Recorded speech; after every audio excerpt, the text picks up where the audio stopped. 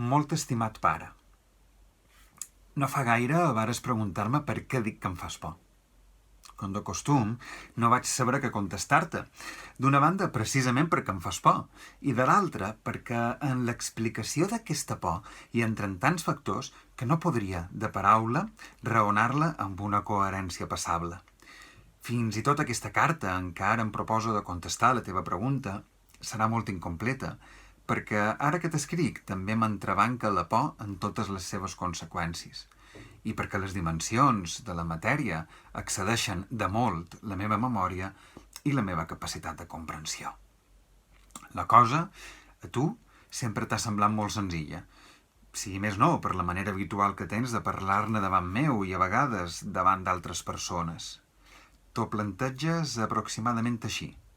Tu has treballat tota la vida durament i ho has sacrificat tot pels teus fills, sobretot per mi. Jo, doncs, he viscut a la regalada, he gaudit de llibertat plena per triar els estudis, no he tingut mal de caps per qüestions de manteniment. Més ben dit, no he tingut mal de caps de cap mena. En canvi, no has exigit cap agraïment. El coneixes, l'agraïment dels fills. No has exigit cap agraïment, sí, però algun acostament, alguna manifestació de simpatia.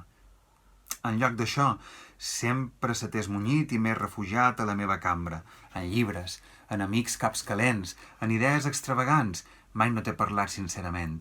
El temple no m'asseia al teu costat.